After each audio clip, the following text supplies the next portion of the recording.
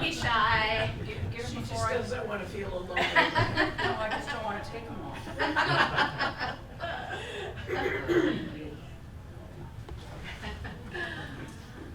Well, good afternoon, everybody. My name is Jessie, and I work just down the road at the Agrace Grief Support Center. Some of you might be familiar with Agrace and our hospice services. About 6 years ago, we opened a grief support center. So it's a separate building, also in Fitchburg, where we provide grief support to anybody that's grieving a death. So even if the person that passed away was not served by Agrace, we're still able to provide grief support to them. So I've been with Agrace for a little over 20 years, which is weird when I say that out loud. It doesn't seem possible, but that's the truth. And I'm really passionate about supporting people that are grieving, educating people about grief, and how to support other people that are grieving. So we've got about half an hour together today. It's very interactive. If you have questions, just raise your hand or just ask your questions. I can pivot pretty easily. I want to make sure that you get out of this what you would like to. So if I'm not talking about something that you'd like me to, please just go ahead and ask. So one of the things that I just want to start with related to grief. So my lens of grief, because of my work, is very much focused on grief due to the death of a person. However, we all know that we grieve for lots of different reasons, right? So a move, a change in employment or school or childcare, relationships ending or changing, changes in our health, our physical health, our emotional health, incarcerations, deportation, all sorts of those things can elicit a grief response. So again, while I'm going to be focusing on grief from death of a person, most of what I say can be extrapolated to other situations where grief is a response. So I just wanted to start with that. I think one of the biggest misnomers about grief is that there's stages. And we were actually taught that for a while. I'm sure some of you may have heard of Elizabeth Kubler-Ross and her 5 stages of grief. I won't go into the history of it, but that's not how grief works. There's not a beginning, a middle, and an end, and then we're done and we're fixed, right? That's just not how it works. Grief takes, I think, so much more energy than people realize. We will hear from people, I'm just so tired, I'm just so sluggish, I don't quite understand. Grief takes a ton of energy. Grief will change and evolve over time. This is true for adults and for kids. So grief today is going to look different than your grief months or years or decades from now. When we experience a loss, it can also remind us of past losses that we've experienced. So, for example, the death of my dad a couple years ago reminded me of the death of my stepmom 5 years ago, right? Because it's a similar experience, similar feelings, and so it just brings that up. So it can feel very overwhelming to people to be grieving all of these different losses, and it might be confusing to them. It's a very normal part of what happens in grief. One of the intangible parts of grief, one of the things that I think people might be surprised about, is that when we're grieving, we're not just grieving the death of the person, but it's also the experiences that we don't get to have with them or that they don't get to have, the dreams, the hopes, the plans. And it's also the grief of not being able to repair damaged relationships or have conversations that we needed or wanted to have. So all of that is part of grief and can affect how people grieve. So I just want to talk briefly too about how grief shows up in our lives. I think that when we think about grief, we usually think about maybe crying, sadness, maybe loneliness, but grief can show up in a bunch of different ways, and it's different for every person. Sometimes there's fear or worrying about other people getting sick, worrying about ourselves, worrying about other people dying. This is particularly true for kids who have had a primary caregiver that's died. they can become very preoccupied with worrying about keeping their living caregiver alive. So we see that a lot with younger kids. I talked about the fatigue. It can show up physically, like headaches, stomach aches, body aches, just not feeling like yourself. Lack of concentration or focus. So starting something, not being able to finish it, forgetting where you put something, forgetting about plans or appointments, all of that can happen when we're grieving. And for some people this is really surprising. They don't know that that's a normal part of grief. And they reach out and they say, I feel like I'm losing my mind. I feel like there's something wrong with me because I can't finish anything, or I keep making plans and then forgetting to show up. And it's all, unfortunately, a really normal, common experience as we grieve. Irritability, impatience, very normal. Appetite changes, sleep changes. Bedtime and right away in the morning can be two of the most difficult times for people. And if you think about it, it makes a lot of sense. At that time, you don't have the distractions, right? You don't have other people or technology or whatever it is to keep your mind busy, so your mind starts thinking.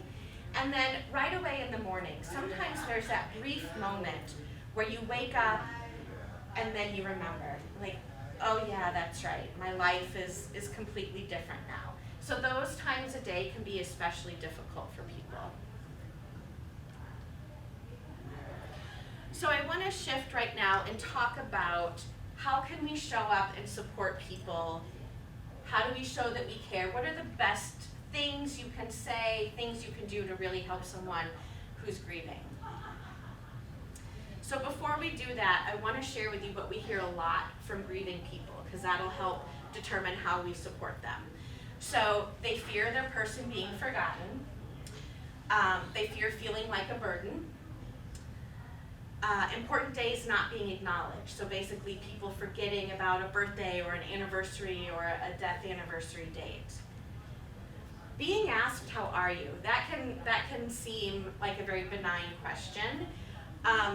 But sometimes what that does is people will wonder, well, do you really want to know how I'm doing? And I'll give you what to do instead of asking that question in the next couple of slides. Running into people who don't know, so going to the grocery store and running into a neighbor you had 20 years ago who doesn't know that your spouse has passed away. That can be very anxiety producing for people. And then also assumptions about the relationship. Not everybody has great, healthy, loving relationships with the person that passed away. And if we assume that, that can make the person really just not want to talk to you anymore about it. So going into it again with more of a curiosity about the relationship rather than making an assumption. And we'll talk about how to do that. So first of all, what are some things that maybe you should avoid saying to somebody who's grieving? And of course, the caveat is that there's always exceptions, right? So I'll just throw that out there. They wouldn't want you to be sad. So that, again, tells the grieving person that what I'm feeling is not okay, all right? So we want to avoid that. Any comment or reference to religion, unless you know that the person believes that or finds comfort in that, it's better to avoid those sort of statements like God needed them more, God needed another angel. Those sort of statements can really be off-putting for people, so just something to be aware of.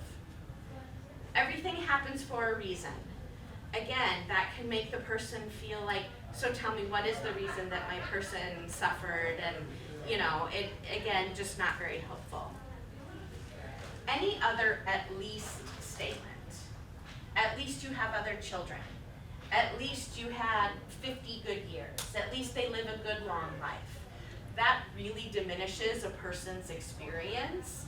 And really what it says is that I'm very uncomfortable with this conversation and I'm going to try and find the goodness in your life and present it to you.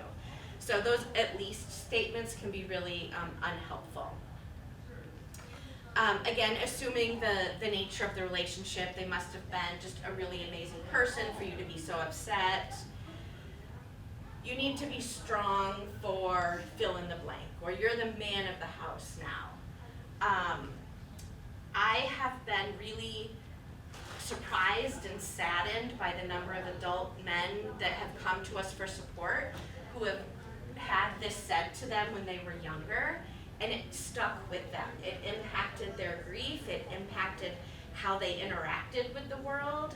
That puts a really big burden on a child whose only job is to be a child. So try to avoid statements that place that burden on a child. You need to get on with life. Again, that really says that I'm uncomfortable with whatever it is you're talking about or doing. So I'm just gonna try and fix it by saying, come on, just get on with it, forget about it, move forward. And then any other don't statement. Don't feel guilty, don't feel sad, don't feel angry. Again, every and any emotion and grief is valid, and telling someone not to feel a certain feeling, first of all, it doesn't work, right? Like, I don't tell you to not be sad and you're automatically not sad. But again, it also tells you that I'm not a safe person to talk to, right? So what about maybe things you could consider saying? So things such as, I'm so sorry you're hurting, I'm so sorry this happened. As opposed to the how are you doing question, shorten up the time frame that you're asking about. How is today for you? How was your weekend? That gives them a much more shortened time frame, and it gives us permission to be more honest, right? Like if somebody says, how are you doing? I'm less likely to say, oh, I'm really struggling. But if you said, how was the weekend for you? And I say, you know what, it was actually really a hard weekend. For me, that feels better and more allowable to say. There's no right or wrong way to do this, giving them permission. I don't even know what to say. I'm happy to be here with you, even if we sit in silence. Sharing your own memories, again, people don't want their person to be forgotten. So sharing your own memories, giving them permission to take all the time they need, just a simple, you are loved, I care about you, that can be really helpful. Asking them what would be helpful today, what do you need today, what do you need this week? Again, asking them in shorter time frames rather than what do you need today, what can I do for you today? I was just thinking of you and wanted to let you know. Just checking in with somebody can go a long way. And again, when you hear things that remind you of their person, or you come across something that reminds you of them or their person, take the minute to pick up the phone and let them know, or send them an email or give them a call. Let them know that you're thinking of them. It can go a long way. You can also, because sometimes we just don't know what to say, right? Sometimes we're just not sure what to say, but we want to be helpful. One way that you can do that is just reflect what you hear them say. Sounds like today's really tough for you. You're not trying to solve it, you're not trying to fix it, you're just acknowledging, like, boy, this sounds like it's really rough. Sounds like you were really disappointed that more people didn't show up at the funeral or to help you out afterwards. This is all about validation, right? You're not trying to talk them out of their experience. You're not trying to convince them that it's not as bad as they think. You're just validating what they're saying. We all want to be heard. We all want to feel like somebody hears and validates our experience. So this is how you can do that for people. Some other examples, just saying like, oh, that sounds really tough. I hear you. These are really normal reactions. You are not crazy. You're not losing your mind. You're right, that sounds like it was really frustrating. I wouldn't have liked that either. Again, we're validating, we're acknowledging, we're not trying to fix or convince otherwise. And then also those ways that we connect with people without talking, whether that's, a touch on the shoulder, a head nod, a hug if that's appropriate, even just being in the same space with someone, even if you're being silent, can be really helpful. So sometimes we want to do something, right? We want to help, we want to do something. So here's some things that you can do to help somebody. Make note of important dates, write them on your calendar or however else you keep track of things, and then reach out to the person around that time. Like, hey, I know that Father's Day is coming up and I'm just thinking of you. It can be just as short and simple as that. Using the person that passed away, use their name, sharing your memories, like I said before. Offer to accompany them to different things, whether that's a social function, whether it's the grocery store. Like I said, sometimes we're just so scared about running into people or breaking down in the middle of the aisle. Just having somebody there would be a big comfort. So that could be something that you could do. Be specific about what you offer to do for help and support. So many times we say, reach out if you need anything. Let me know how I can help. Well, that's very well intentioned and we all do it. But that puts the burden back on the grieving person to come up with a to-do list and make assignments, and that's really not anything that they have the capacity to do. But what you could do instead is say, hey, I'm heading to the grocery store. Can you give me your list? I'll pick things up for you and drop it off. Or, hey, I'm going to the post office. Can I buy you some stamps? You need anything mailed? I'm going to take my dog for a walk. Can I swing by and grab yours? Those things that are specific are really helpful. And the person can say, yes, that would be great. Or, you know what, no, somebody else took the dog for a walk this morning. That's good. But offering something specific rather than that open-ended, let me know if you need anything, can be really helpful. We talked about just checking in, calling them, sending them an email or a text. And then sometimes people feel like they need additional support, but it's so overwhelming for them that they don't even know where to begin. So maybe that's a way you can help. Maybe you can offer to do a little bit of digging into available resources.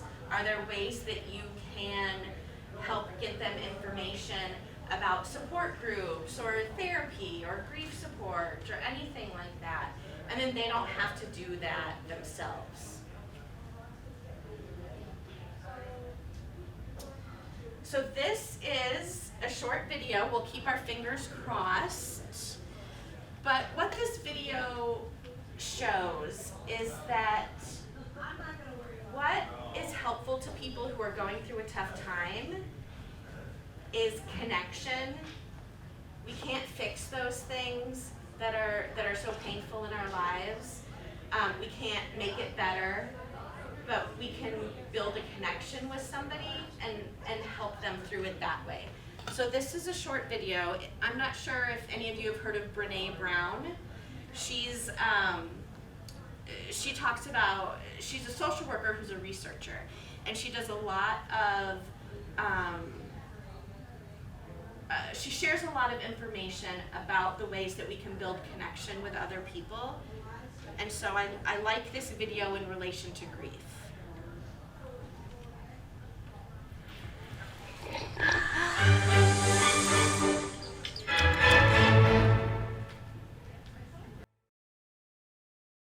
So what is empathy, and why is it very different than sympathy? Empathy fuels connection. Sympathy drives disconnection. Empathy, it's very interesting. Teresa Wiseman is a nursing scholar who studied professions, very diverse professions where empathy is relevant, and came up with 4 qualities of empathy. Perspective taking, the ability to take the perspective of another person or recognize their perspective as their truth. Staying out of judgment, not easy when you enjoy it as much as most of us do. Recognizing emotion in other people and then communicating that. Empathy is feeling with people. And to me, I always think of empathy as this kind of sacred space when someone's kind of in a deep hole and they shout out from the bottom and they say, I'm stuck, it's dark, I'm overwhelmed. And then we look and we say, hey, you can climb down. I know what it's like down here, and you're not alone. Sympathy is, ooh, it's bad, no. You want a sandwich? Empathy is a choice, and it's a vulnerable choice, because in order to connect with you, I have to connect with something in myself that knows that feeling. Rarely, if ever, does an empathic response begin with "at least." Yeah. And we do it all the time.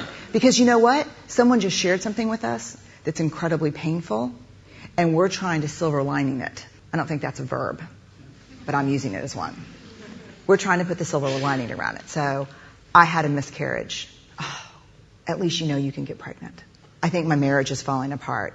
At least you have a marriage.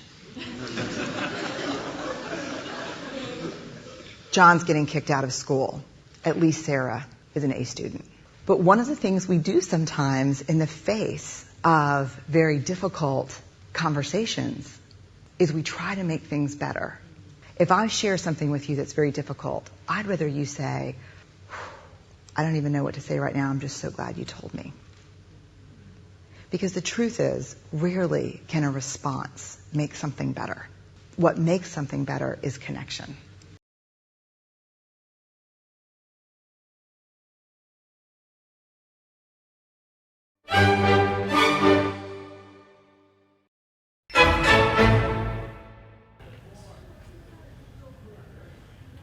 So I like that because I think it's helpful to see how that can feel for people when we're trying to silver lining it, as she says. If we're trying to make them see the good, sometimes that can backfire, and then they don't feel connected, they don't feel supported. So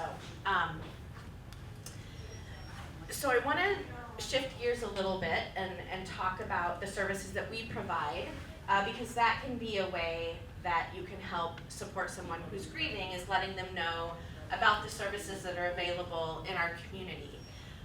So like I said, at the Agrace Grief Support Center, it's just down the road in Fitchburg, we offer short-term individual support. We're able to provide that in English and Spanish. We have adult grief groups that we offer throughout the year. We also have family grief groups, so that would be for school-aged kids and their primary caregivers. We offer those. We have resources that we can mail to people or email. We're happy to do that. We also go out and provide education just like this. We also do a lot of work in schools. So sometimes we understand that for kids to get grief support, we need to go to where they spend a lot of their time, which during the school year is in the schools. So we go into schools and do individual support and grief groups. Yes, I covered that. So that's the services that we provide. And we can meet with people. It doesn't have to be at the grief center. We meet with people in their homes if that's the best place for them, if transportation is a concern or driving is a concern. We meet with people at the library if that's what they prefer. So it doesn't have to be at our grief center in Fitchburg. I want to show you a short video tour of our space so you can get an idea of what it's like.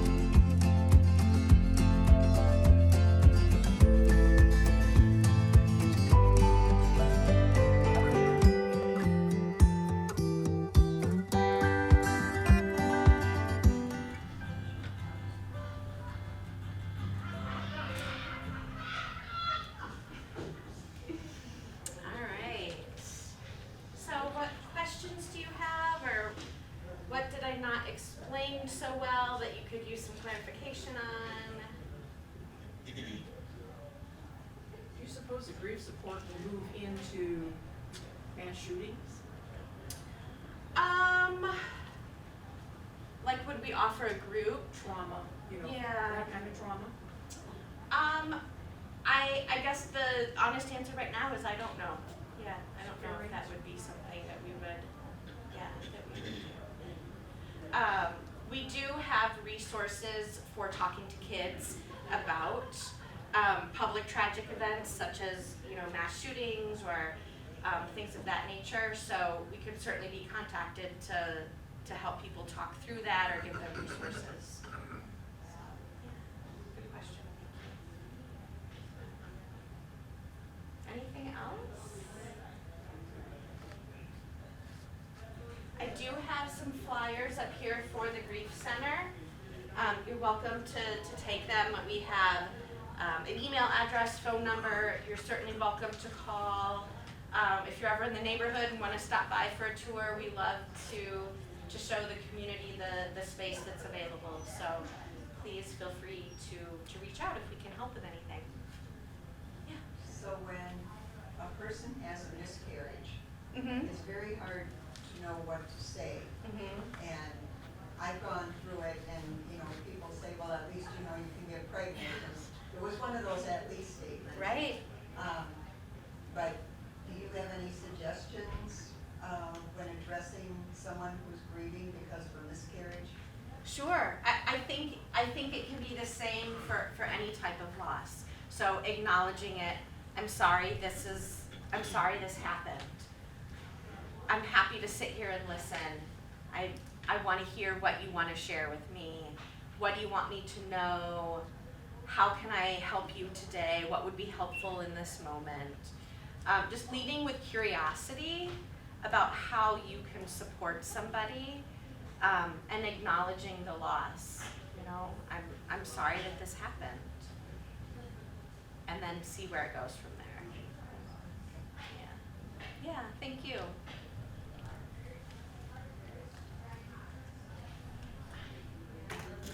Well, thank you for being here and putting up with our technical difficulty, being flexible with that. Like I said, there's some resources up here. There's plenty of sugary goodness too for you to enjoy, so help yourselves.